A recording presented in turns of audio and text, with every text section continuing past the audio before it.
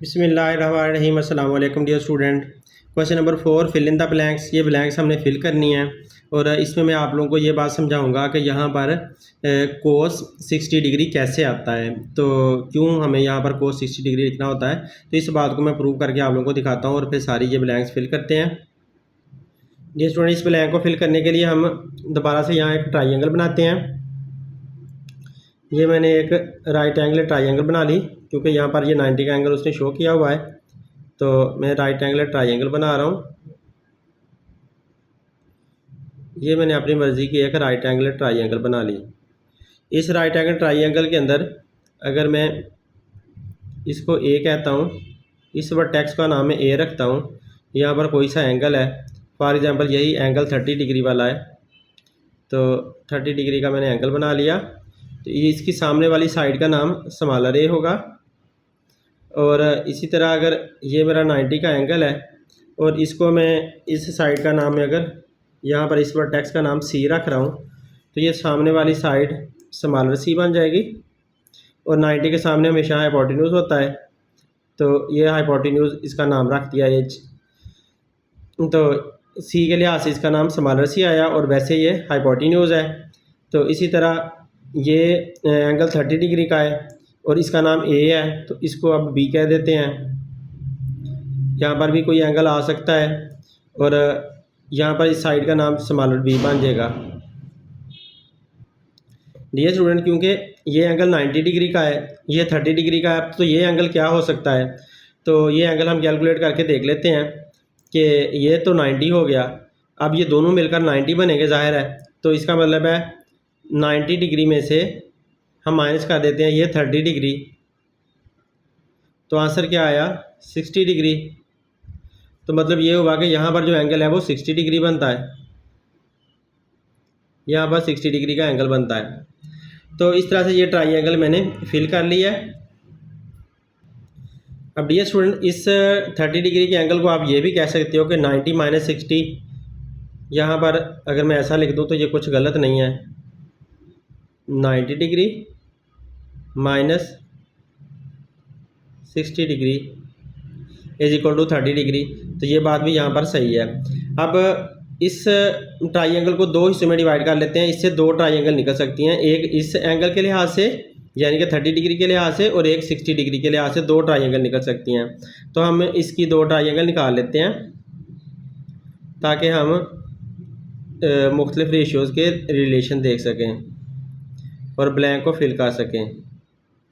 तो ये जो 90 का एंगल है सी पर, वो 90 का एंगल मैंने ऐसे शो कर दिया, यहाँ पर सी लिख दिया, यहाँ पर स्मॉलर सी आ गया और ये हाइपोटेन्यूज बन गया।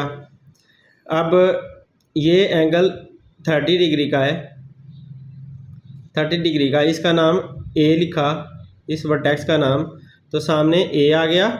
अब क्योंकि ये एंगल थीटा में कंसीडर कर रहा हूँ, इस वजह से ये जो मेरा ए होगा ये क्या होगा, ये परपेंडिकुलर बनेगा, क्योंकि एंगल थीटा के सामने वाला परपेंडिकुलर होता है।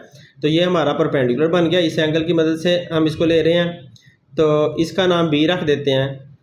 लेकिन यहाँ पर कोई एंगल मैं नहीं बना रहा क्योंकि मैंने इस ट्राइंगल को दो हिस्सों में तकसीम कर रहा हूँ। तो एक ट्राइंगल मेरी ये बन गई,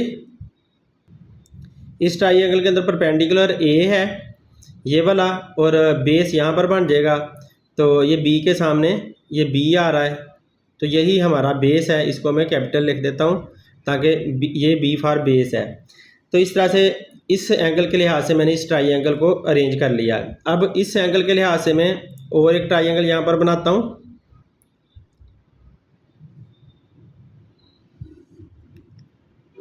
ये एक और ट्राइंगल बन गई है, यहाँ पर इसका भी 90 डिग्री का एंगल है, तो वही ये यहाँ पर सी है, तो यहाँ पर स्मॉलर सी यानी कि हाइपोटेन्यूज है। और यहाँ एंगल थीटा अब नहीं बनाना, यहाँ एंगल थीटा बनाना है और कितने डिग्री वाला, 60 डिग्री वाला बनाना है, और इसका नाम वही आपने बी रखना है, तो ये स्मॉलर बी आ जाएगा। और यहाँ पर एंगल थीटा तो हमने नहीं बनाना, ए तो वर्टेक्स का नाम लिख दें और यहाँ पर स्मॉलर ए है। अब क्योंकि ये हमारा एंगल थीटा है, तो इसका मतलब है ये सामने वाला क्या होगा, परपेंडिकुलर बन जाएगा। तो लिहाजा इस बी को हम अब क्या कहेंगे, परपेंडिकुलर पी, और ये वाला जो ए है वो क्या बन जाएगा, बेस, तो इसको आप कैपिटल बी लिख दोगे, ये बेस बन जाएगा। तो हमेशा 90 के सामने हाइपोटेन्यूज होता है, हमेशा एंगल थीटा के सामने परपेंडिकुलर होता है, और बाकी जो एक साइड बचती है वो बेस होती है। यहाँ पर भी ऐसा किया हुआ है, 90 के सामने हाइपोटेन्यूज और जो एंगल थीटा है उसके सामने परपेंडिकुलर, और जो एक साइड बची हुई थी उसका नाम बेस रखा।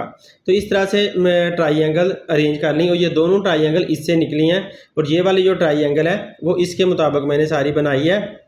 ये 30 डिग्री का एंगल ले लिया, ये 90 डिग्री हमारे पास पहले ही मौजूद है, और ये वाला 60 हमारे पास यहाँ पर मौजूद है। तो इस तरह से देखें, 30 plus 60 is equal to 90, 90 plus 90 180। तो इस ट्राइंगल के अंदर 180 पूरा है, तो इसके अंदर ये 90 है, ये 30 है, ये वाला ज़ाहिर है 60 है, इस तरह ये 60 है तो ये 30 हुआ। तो बहरहाल हमने इससे ये दो ट्राइंगल निकाल ली। अब हम देखते ये हैं कि इस ब्लैंक के अंदर क्या आ सकता है, हम इसको हल करते हैं। ये स्टूडेंट, अब इस ब्लैंक को हल करने के लिए हम रेशियोज ले लेते हैं। पहले हम साइन 30 डिग्री निकालते हैं। साइन 30 डिग्री, ये वाली ट्राइंगल ज़ाहिर यूज़ होगी इसमें, तो ये 30 डिग्री का यहाँ पर एंगल मौजूद है। तो अब साइन थीटा किसके बराबर होता है, परपेंडिकुलर ओवर हाइपोटेन्यूज। तो परपेंडिकुलर का पी लिख लें और हाइपोटेन्यूज का एच लिख लें, और इसका जो पी है वो ए के बराबर है, ए लिख लिया, और इसका एच सी के बराबर है, सी लिख लिया।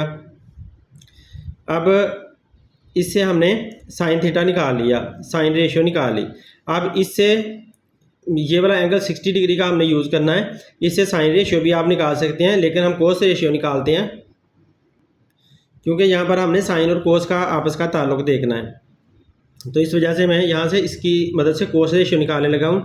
तो आप देखें, मैंने लिख लिया कोस, ये 60 डिग्री का एंगल है, तो 60 डिग्री का मैंने एंगल यहाँ पर शो कर दिया, इज इक्वल टू, अब कोस में यूज़ होता है बेस ओवर हाइपोटेन्यूज। तो बेस यहाँ पर ये है हमारा बी ओवर हाइपोटेन्यूज एच। अब देखें, ये जो बी है वो ए के बराबर है, और हाइपोटेन्यूज इसका सी के बराबर है वही। तो यहाँ पर देखें, साइन 30 ए ओवर सी आया है, साइन कोस 60 भी ए ओवर सी आया है। तो जो साइन 30 होता है ना, वही कोस 60 होता है। मतलब ये हुआ इसका, मतलब इसका ये हुआ, क्योंकि ए ओवर सी और ए ओवर सी आपस में बराबर बराबर है। यहाँ पर मैं लिख देता हूँ कि ये वाला A over C is equal to ये ए ओवर सी, ये दोनों ए ओवर सी बराबर बराबर हैं, एक जैसे आए हैं। अगर ये दोनों आपस में बराबर बराबर हैं तो इसका मतलब है साइन 30